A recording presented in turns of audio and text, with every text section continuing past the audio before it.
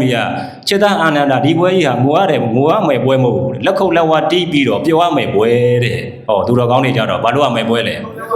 လက်ခုပ်လက်ဝါးတီးပြီးတော့မှပျော်ရတဲ့ပွဲတဲ့ဘာအမြင်မှန်ရတဲ့ပုဂ္ဂိုလ်တွေကပြောတာလေတမ္မာဒိဋ္ဌိအမြင်မှန်ရတဲ့ပုဂ္ဂိုလ်တနည်းအားဖြင့်နိဗ္ဗာန်ကိုမျက်မှောက်ပြုပြီးတော့သွားရတဲ့ပုဂ္ဂိုလ်တွေရောက်တယ်ဒီစကားကိုပြောနိုင်တယ်တာမန်ပုထုဇဉ်ကတော့အဲ့ဒီလိုပြောနိုင်သေးလားပြောနိုင်ပါဘူးဗျာပြောနိုင်ဘူးသူများနာရတာသွားပြီးတော့မျက်နှာမပြတ်တာကိုမိကိုပေါင်ပေါ်ကြတဲ့မိကြဘာဖြစ်လာလဲပူပြီးဘောတောကပိဒေဝတွေမဖြစ်ဘူးလားဖြစ်သွားလားအဲ့တော့တောကပိဒေဝတွေမဖြစ်ချင်မှာဘူးဆိုလို့ရှိရင်တော့သမုဒယသစ္စာကိုဒီတိုင်းထားရမှာလားပယ်ရမှာလားပယ်ရမှာပါဗျာဘယ်နှမျိုးဖြစ်သွားမလဲနှမျိုးဘယ်နှမျိုးဖြစ်သွားလဲနံပါတ်1ကဘာသစ္စာဒုက္ခသစ္စာနံပါတ်2ကသမုဒယသစ္စာဖြစ်ပြမှုတွင်ဉာဏ်သက်ဝင်သိမြင်မဟုမဖြစ်ပြမှုတွင်ဉာဏ်သက်ဝင်သိမြင်မဟုမဒုက္ခသစ္စာကိုဒုက္ခသစ္စာမှသိပြီဆိုလို့ရှိရင်သမုဒယသစ္စာတွေကိုပယ်နိုင်ပြီဒုက္ခသစ္စာကိုဒုက္ခသစ္စာမှသိရင်ဒီဘဝကြီးကဆင်းရဲတာကိုဆင်းရဲမှသိရင်သမုဒယသစ္စာတွေမပွားတော့ဒီဘဝတော့ပြီးပြီဟေးမပြောလားပြောမလားပြောပါတယ်အဲ့ဒီလိုနှလုံးသွင်းပြီးတော့ဆုံးဖြတ်ချက်ချလိုက်မယ်ဆိုလို့ရှိရင်တော့တမ္မာဒိဋ္ဌိအမြင်မှန်ရသွားတာပေါ့နော်အဲ့ဒီလိုအမြင်မှန်ရသွားပြီဆိုလို့ရှိရင်ဒုက္ခသမုဒယသစ္စာမသိဘူးလားသိလားသိတယ်နောက်တစ်ခုလိုက်ဆိုပေါ့ယုံနာအားလုံးဖြစ်ပြသောချုပ်ဆုံးနိဗ္ဗာန်မှာယုံနာအားလုံးဖြစ်ပြသောချုပ်ဆုံးနိဗ္ဗာန်မှာသစ္စာဘယ်နှပါးလဲ၄ပါးလေးအောင်မြောက်ရဟန္တာရှင်သူမြတ်သည်ယဟန်တော်လေးကိုရှင်ငါရှင်ယဟန်ငယ်တင်းသည်ရှေးပိုင်းမှာနံပါတ်1ဘယ်တရားကိုကျင့်ခဲ့ပြီးအာယတနာတရားကိုကျင့်ခဲ့ပြီးနံပါတ်2ကခန္ဓာတရားကိုကျင့်ခဲ့ပြီးနံပါတ်3ကဓာတ်ကြီး၄ပါးကိုအကြောင်းပြုပြီးတော့တရားဓမ္မတွေကျင့်ခဲ့ပြီးဒီနောက်ဆုံးမှာတော့ဗာတရားကိုကျင့်ရမယ်သစ္စာ၄ပါးတရားကိုကျင့်ရမယ်တဲ့အဲ့လိုဟောပင်ဟောကြားတော်လည်းပဲယဟန်တော်လေးသည်ဖြစ်ချင်းပြချင်းကိုမရောက်တဲ့အတွက်သူတရားမရနိုင်ဘူးတရားမရသေးဘူးတဲ့နော်ဒီလောက်ဟောနေတာတော့မရတဲ့အခါကျတော့မှဟာဒီတိုင်းဒါဆိုလို့ရှိရင်ရှင်ဘုရားတို့၄ပါးကိုတပည့်တော်မေးလျှောက်ပြစေဦးဒီလိုတရားတွေကိုဘု து ထံကနာခဲ့တာတော့လို့ဆိုတော့မြတ်စွာဘုရားရဲ့ထံကနာခဲ့တာဘု து ထံကနာခဲ့လေမြတ်စွာဘုရားရဲ့ထံကနာခဲ့တာဆိုတော့ဒါဆိုလို့ရှိရင်တပည့်တော်မြတ်စွာဘုရားရဲ့ထံလိုပဲသွားတော့မယ်လဲဆိုတော့မြတ်စွာဘုရားထံသွားပြီးတော့ရှင်ဘုရားတပည့်တော်တို့ယဟန်ကြီး၄ပါးရဲ့ထံကတရားကိုနာခဲ့ပါတယ်ကောင်းစွာမရသေးပါဘူးဘုရားတပည့်တော်ကိုတရားဓမ္မဟောကြားတော်မူပါဘုရားဆိုတော့မြတ်စွာဘုရားကသူ့ကိုဥပမာလေးနဲ့ဟောတယ်ပေါ့ဗာလေးနဲ့ဟောလဲဥပမာလေးနဲ့ဟောတဲ့အခါကျတော့จิตตายหันเนี่ยတင်းဒီဥပမာဆောင်လေးတာကိုသေချာနားလည်သဘောပေါက်အောင်တင်းဒီနှလုံးသွင်းမှာလို့ဆိုပြီးမြတ်စွာဘုရားကဟိုရှေ့တုန်းကယောဂတဲ့ကြီး၄ယောက်ရှိတယ်တဲ့ဒီပုဂ္ဂိုလ်တွေကိုပြန်ညွှန်တာပါပဲเนาะရှေ့တုန်းကယောဂတဲ့ကြီးဘယ်နှယောက်လဲ၄ယောက်ယောဂတဲ့ကြီး၄ယောက်ရှိတယ်ပေါ့အဲ့ဒီယောဂဆိုတာမြတ်စွာဘုရားကဘာကိုညွှန်ကြားတာတုံးဆိုလို့ရှိရင်ကိလေသာယောဂကိုပြောတာဘာယောဂလဲကိလေသာယောဂဆိုတာလောဘဒေါသမောဟဒီကိလေသာအဓိကပေါ့နော်သူ့ကိုအကြောင်းပြုပြီးတော့မှလောဘဒေါသမောဟမာမာနအိတ်တာမစ္စရိယာတွေကအစပွားပါတာပေါ့နော်အဲ့တော့အဲ့ဒီလိုကိလေသာတွေနဲ့ထူနေတဲ့ပုဂ္ဂိုလ်တွေမြတ်စွာဘုရားကယောဂတဲ့လို့ဒီမှာညွှန်ကြားတယ်နော်အဲ့တော့အဲ့ဒီယောဂတဲ့ကြီး၄ယောက်ရှိတယ်ဆိုကြပါစို့အဲ့ဒီယောဂတဲ့ကြီး၄ယောက်ကနေပြီးတော့ဒီတပ္ပမောကဆရာကြီးရဲ့ထံမှာသွားပြီးတော့အကူကြီးတောင်းတဲ့အခါမှာဟိုကဆေး၅မျိုးနဲ့ဆေး၅မျိုးနဲ့ရောဆက်ပြီးတော့ဟောဆောက်ရမယ်ဆေးတစ်မျိုးကိုပေးလိုက်တဲ့အခါကျတော့အဲ့ဒီအနာကြီးယောဂတဲ့၄ယောက်ဟာအကုန်လုံးကယောဂတွေပျောက်သွားကြတယ်တဲ့ဆေး၅မျိုးဆေးဘယ်နှမျိုးတဲ့လဲဆေး၅မျိုးဆက်ထားတဲ့ဆေးအမှုန့်ပေါ့နော်အဲ့လိုဆေးမှုန့်နဲ့ပျော်ဆက်ပြီးတော့မှတောက်လိုက်တဲ့အခါကျတော့မှအနာကြီးတဲ့ဒီ၄ယောက်ဟာပျောက်သွားကြတယ်ဆိုပြီးတော့ပြောပြီးကမှအဲ့ဒီအနာကြီးပျောက်သွားတဲ့ထံကိုမှ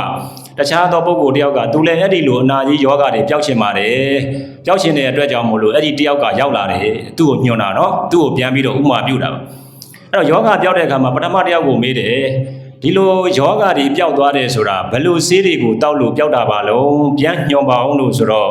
ဆေး၅မျိုးပါတော့အမှုံပါတယ်လေဆေး၅မျိုးပါတော့အမှုံနဲ့ပေါက်သားရည်နဲ့ပေါက်သားရည်နဲ့ရောပြီးတော့၃ခွက်တစ်ခွက်တင်တောက်ရမယ်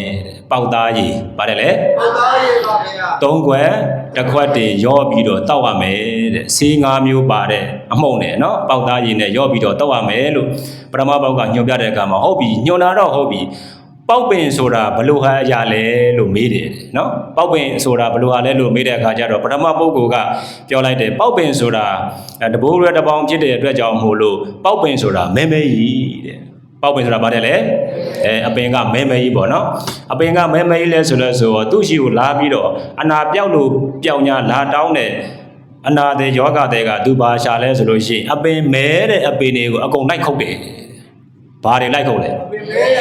အပင်မဲတဲ့အပင်မှန်သမျှကိုသူလိုက်ခုတ်တာကဲမှန်နေလားမှားနေလားသူကရှာတာမှားနေလို့ပေါ့နော်မဲတဲ့အပင်ဆိုလိုက်ကြတဲ့ကမှာဟာသူ့ရဲ့ဆေးကမတွေ့ပြန်ဘူးမတွေ့ပြန်တဲ့အခါကျတော့ဟာဒုတိယအနာပြောက်သွားတဲ့အချိန်သွားပြန်ရောသွားပြီးပြီးဘလို့ယောဂအနာတွေကြောင့်ဒီလိုဆေးတွေကပြောက်တာလဲသူလည်းအရင်လိုပဲညှို့လိုက်တာပဲဆေး5 မျိုးပါတဲ့အမှုန့်နဲ့ပေါက်သားရည်နဲ့ရောပြီးတော့တောက်ပါ3 ခွက်တစ်ခွက်တင်ဘယ်နှခွက်လဲ3 ခွက်တစ်ခွက်3 ခွက်တစ်ခွက်တင်တောက်ပါဆိုတော့ဒါလို့ရှိရင်ပေါက်သားကဘယ်လိုလဲလို့မေးလိုက်ခါကြတော့ तू ကအဲ့ဒီအချိန်မှာအပွင့်ကပွင့်နေပြီတဲ့အပွင့်ကဘာဖြစ်နေပြီလဲအပွင့်ပွင့်နေပြီဆိုတော့ကွာတဲ့ရဲရဲအပင်ကြီးပေါ့တဲ့အပင်ကဘာပင်ကြီးလဲရဲရဲပထမပြောလိုက်တာကဘယ်လိုလဲအပင်ကြီးကမဲမဲအပင်ကြီးဒုတိယမြောက်ပြောလိုက်တာကရဲရဲအပင်ကြီးလဲဆိုတော့အနာယောဂတဲ့သမားကကဲရဲရဲအပင်မှန်သမျှ तू လိုက်ခုတ်တယ်နော်တကယ်ယောဂနဲ့ဆေးနဲ့တွေ့ပြီလားမတွေ့သေးဘူး तू အပင်ရှာတာကမှန်နေတာလားမှားနေတာလားနှမျိုးပြသွားပြီနော် तू ရှာတယ်ကနံပါတ်1ကဘာကြီးသွားချတယ်မဲမဲပင်သွားရှာတယ်ဒုတိယကရဲရဲပင်သွားရှာမတွေ့ပြန်မဟုတ်ပြန်တဲ့ခါကျတော့တတိယမြောက်အနာယောဂတဲ့သွားပြန်ရော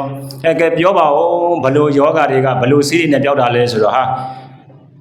ဆေး5 မျိုးပါတဲ့ဈေးမုံနဲ့ပေါက်သားရည်နဲ့ရောပြီးတော့တောက်ရမယ်ဆိုတော့ဟုတ်ပြီပေါက်ပင်မမြင်ဘူးတော့ဘလို့လဲလို့မေးတဲ့အခါကျတော့ပေါက်ပင်ကဘာဖြစ်နေပြီလဲဆိုလို့ရှိရင်အဲ့ဒီချိန်မှာအသီးတွေတီးနေပြီတဲ့ဘာဖြစ်နေပြီလဲအသီးတွေတီးနေပြီဆိုတော့တွဲလဲအပင်ကြီးပေါ်တဲ့အသီးတွေနဲ့ပါတယ်တွဲလဲအပင်ကြီးပေါ်ဆိုတော့အသီးတီးပြီးတော့တွဲလဲရှိတဲ့အပင်နှမသူကလိုက်ခုတ်တာရှာတာမှန်နေတာလားမှားနေတာလားမှားနေတာနော်ဘယ်နှမျိုးပြတ်သွားပြီလဲ3 မျိုးသူလည်းဒါလည်းပဲမရပြန်ဘူးတဲ့နော်မရတော့တကထပ်ပြီးတော့ရှာပြန်တယ်ကဲပြောပါဦးဆိုတော့4 ယောက်မြောက်ပုဂ္ဂိုလ်သွားတဲ့ခါကျတော့ဆေး5 မျိုးပါတဲ့အမှုန့်ကိုဘာနဲ့ရောရမလဲပေါက်သားနဲ့ရောရမယ်ရောပြီးတော့3 ခွက်တစ်ခွက်တင်တောက်ပါလို့ဆိုတော့ကဲပေါက်ပင်ဆိုတာပြောပါအောင်နဲ့ဆိုတော့အဲ့ချိန်ကျတော့ဇာတိဝတ္ထုကကောင်းနေပြီးတော့ပေါက်ပင်ကြီးကစိမ့်နေပြီတဲ့အပင်အရွက်တွေကမဖြစ်နေပြီလဲစိမ့်နေတဲ့အခါကျတော့ပေါက်ပင်ကတော့တပင်နဲ့ပေါက်ပင်ကတော့ဇာတိဝတ္ထုလိုက်ပြီးတော့အနေထားမပြောင်းလားပြောင်းနေလားပြောင်းနေတယ်သူကဒီနံပါတ်1ကဘာဖြစ်လဲမဲနေတယ်သူကအပွင့်တွေကရဲနေတယ်အသီးတွေကတွဲလောင်းဖြစ်နေတယ်ပေါ့4 ခုမြောက်လဲကြတဲ့ကြောင်အပင်လေးကဆင်းနေတယ်အဲ့တော့ချစ်သားတဲ့သင်ဒီလည်းပဲအဲ့လိုဖြစ်နေတယ်အဓိကပေါက်ပင်ကိုရှာရမှာဒီပေါက်ပင်ရဲ့အဓိကကိုဘာကိုရှာချင်တာဆိုလို့ရှိရင်ပေါက်ပင်ရဲ့အရသာကိုသိစေချင်တာတဲ့ပေါက်ပင်ရဲ့အရသာပေါက်ပင်ရဲ့ဗါတယ်လေပေါက်ပင်ရဲ့အရသာတွေဘာလို့လို့ရှိရင်ခါသက်တော်အရသာဗါတယ်လေခါသက်တော်အရသာအဲ့ဒီအရသာလေးကိုသိစေချင်တာဆိုမြတ်စွာဘုရားအဲ့ဒီမှာဥမာပြုပြီးတော့ဒီအနာကြီးနာယာယောဂဝေနာခံစားနေရတဲ့ပုံကိုယ်တွေတဲ့ဘာတွေလိုအပ်တယ်ဆိုလို့မြတ်စွာဘုရားအဲ့ဒီတုတ်တံမှာခုနဆေးရဘယ်နှမျိုးပါတယ်5 မျိုးပါတဲ့အမှုန့်ပါတယ်လေ5 မျိုးပါတဲ့အမှုန့်ကဘာကိုညွှန်ညွှန်းတာလို့ဆိုလို့ရှိရင်မဂ္ဂင်5 ပါးကိုညွှန်ညွှန်းတာ